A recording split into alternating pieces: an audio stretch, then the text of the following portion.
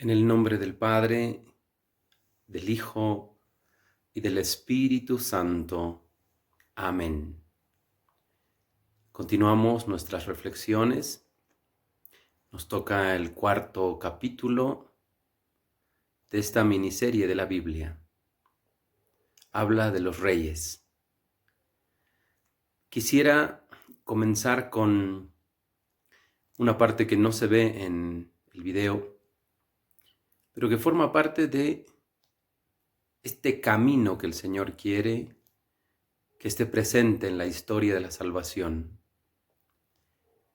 El libro de Samuel habla de una mujer, así es como comienza este libro, el primer libro. Una mujer que se llamaba Ana y que constantemente estaba en el templo rezando y con lágrimas pidiéndole al Señor tener la bendición de poder ser madre.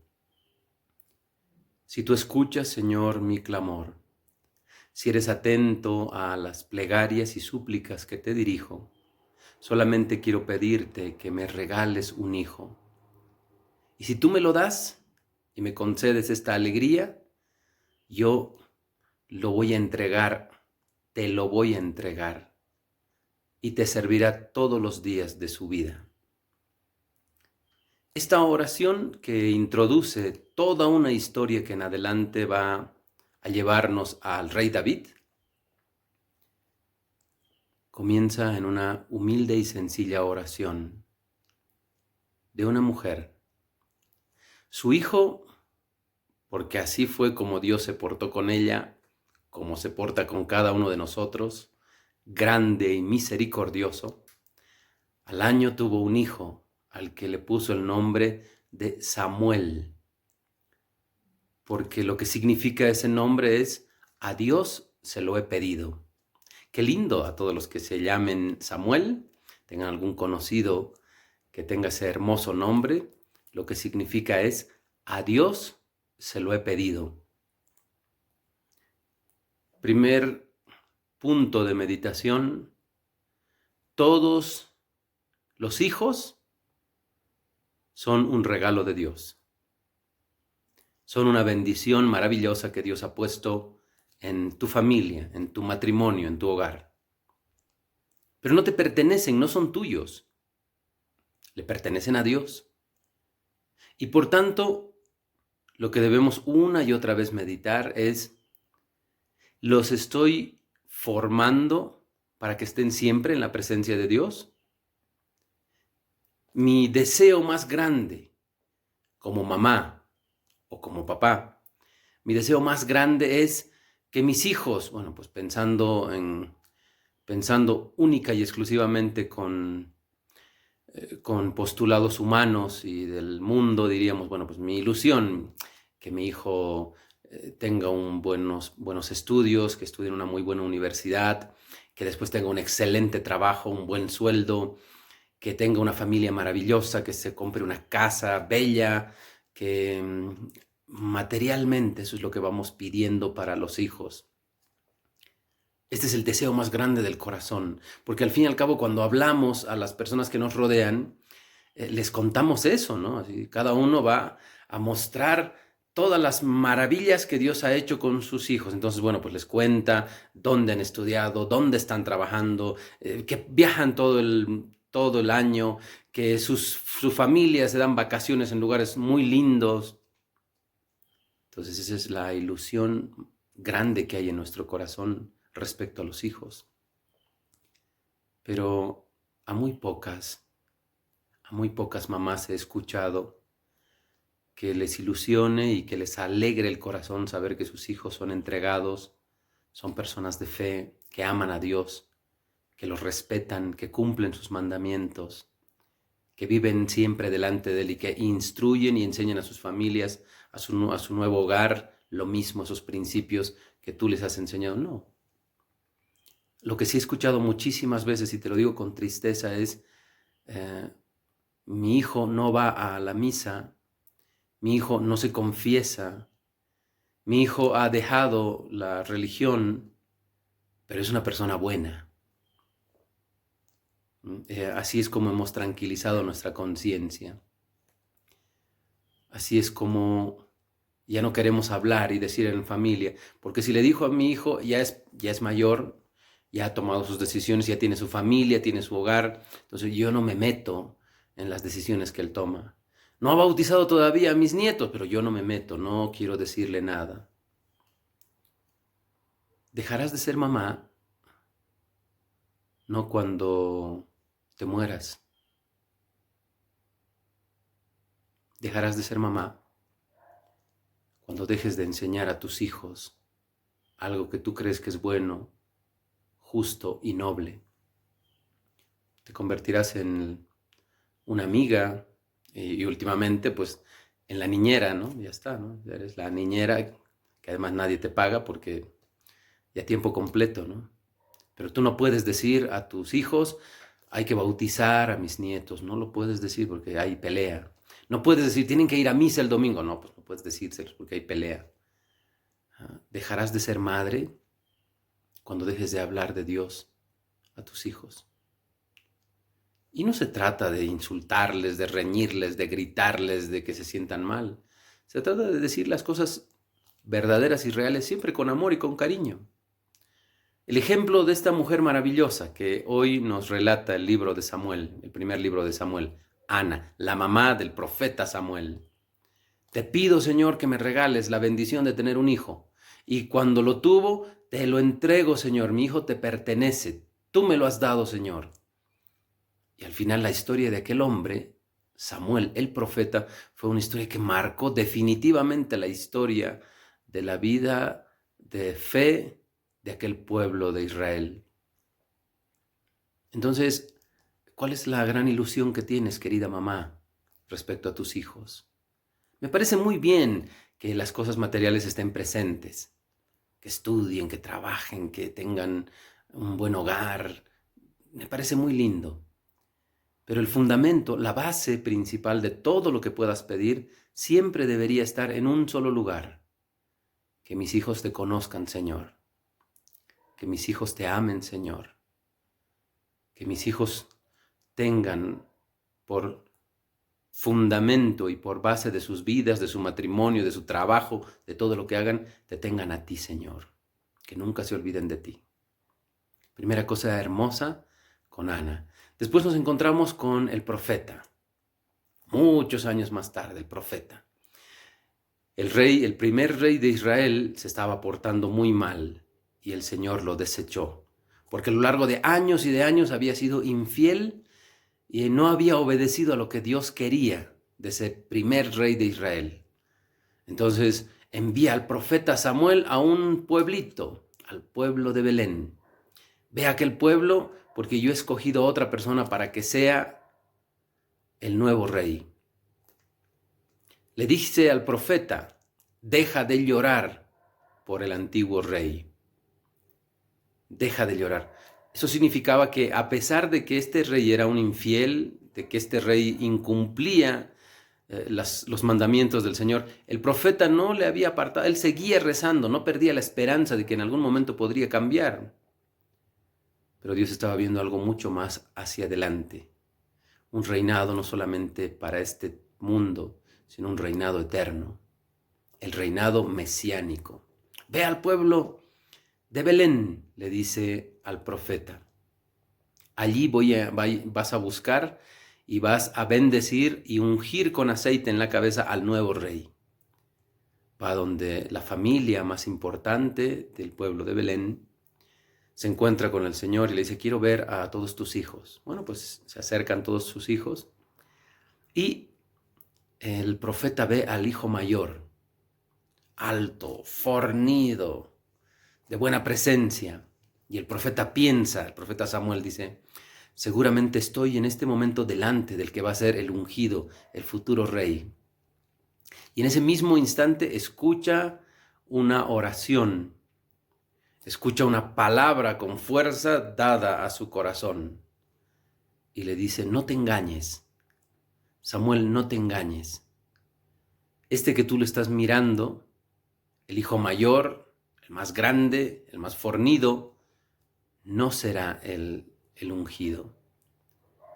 Entonces le dice Dios, porque no veo como ustedes ven las apariencias, porque yo veo el corazón.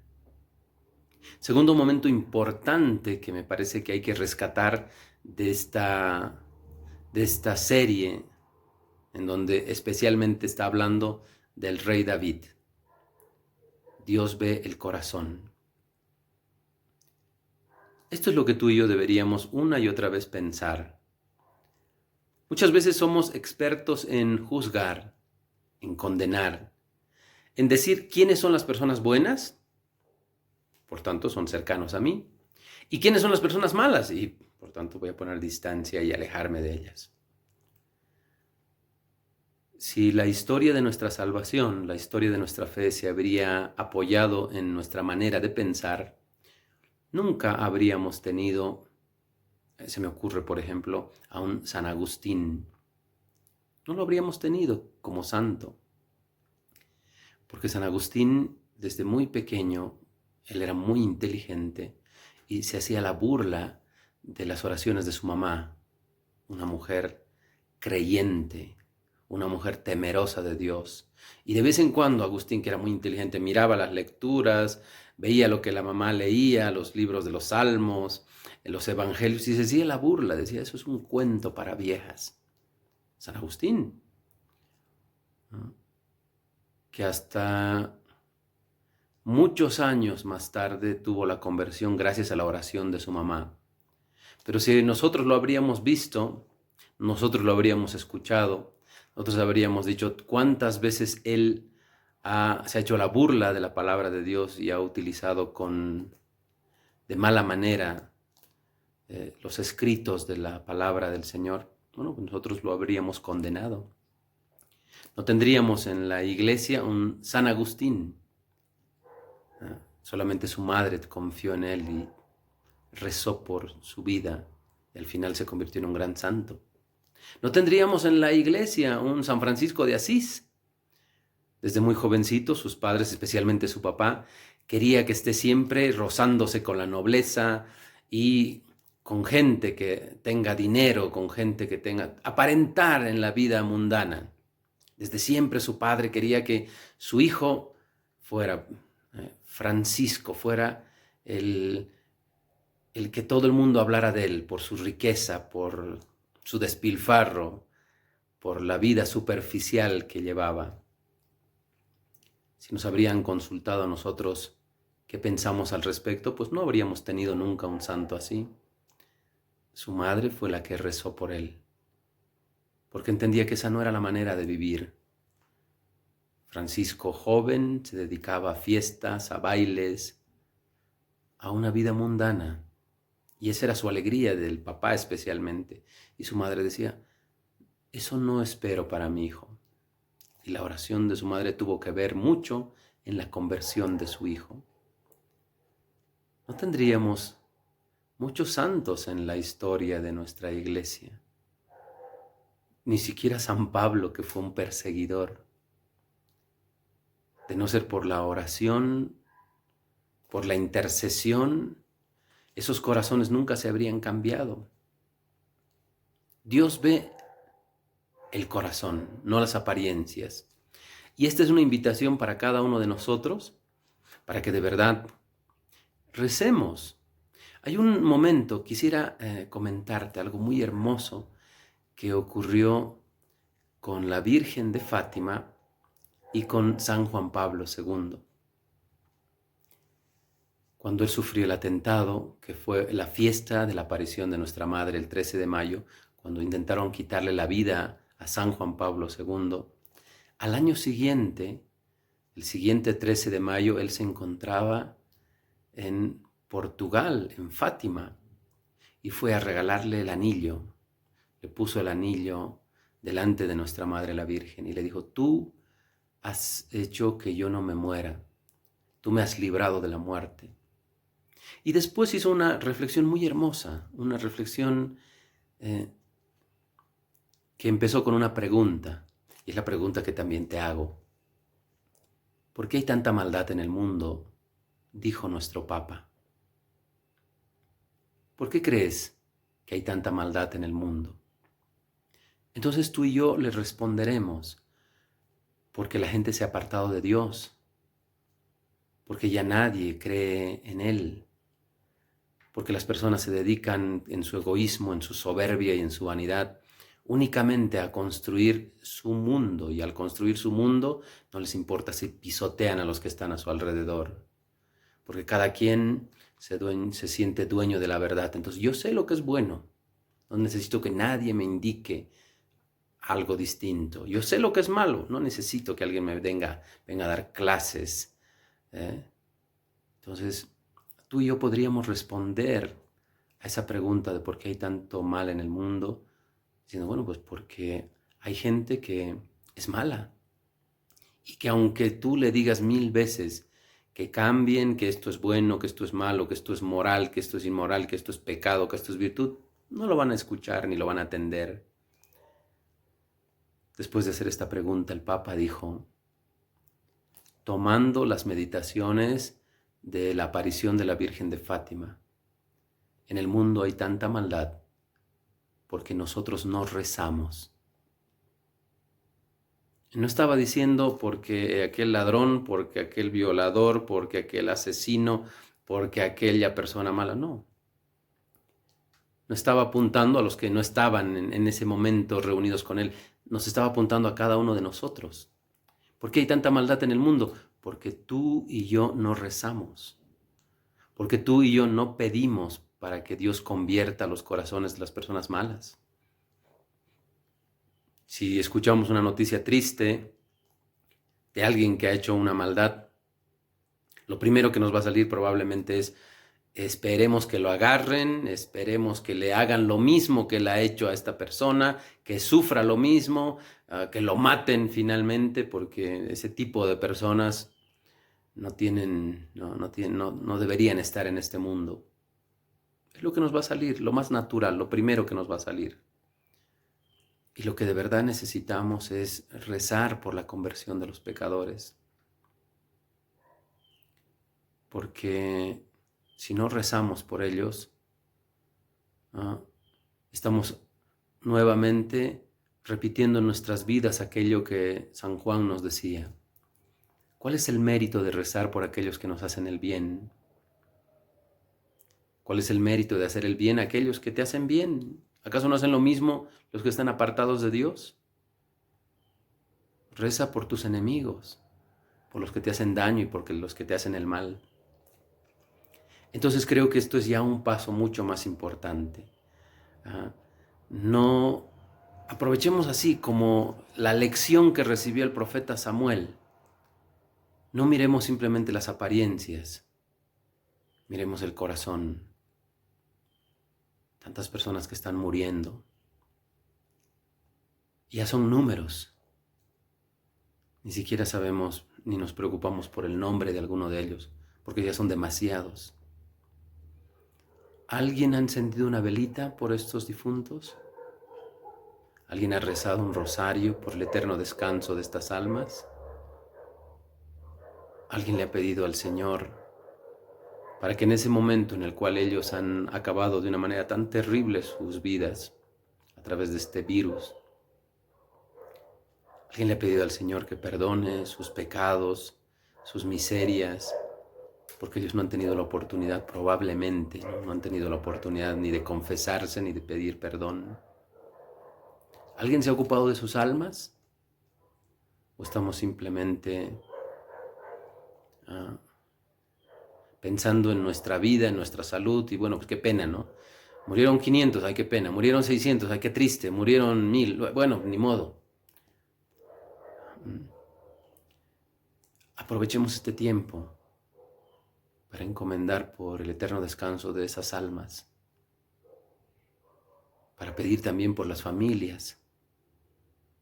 Cuánto dolor, cuánta tristeza. En algún momento tú y yo hemos tenido que pasar por ese momento de despedirnos de una persona que amábamos mucho.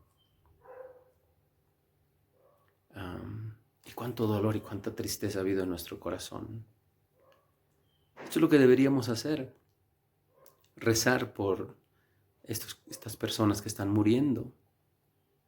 pedir por el eterno descanso de sus almas, rezar por sus familias, que ni siquiera pudieron estar presentes, dándoles las oraciones necesarias, acompañando ese momento final, velarlos, hacer una oración.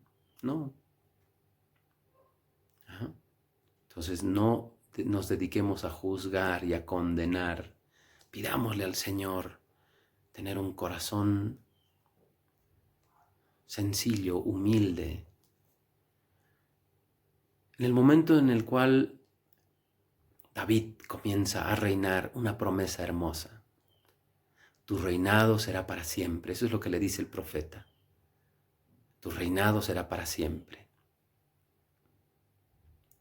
Y la oración de este rey es una oración para pedir que siempre tengamos un corazón que podamos cumplir los mandamientos. Él reza para sí mismo y reza para el pueblo. Que este pueblo, Señor, siempre te reconozca, que este pueblo, Señor, siempre te ame, que este pueblo, Señor, esté siempre contigo. Qué hermosa oración. ¿Ah? Y uno de sus hijos, y así es como quisiera terminar, ¿no? Este libro tan hermoso, este video tan hermoso que hemos visto, viendo cosas particulares. Ana, la que le pidió un hijo, su hijo es Samuel. Samuel que va a buscar a ungir al nuevo rey llamado David. Este nuevo rey que recibe una promesa de bendición eterna, que su reinado durará para siempre. Y uno de sus hijos, Salomón.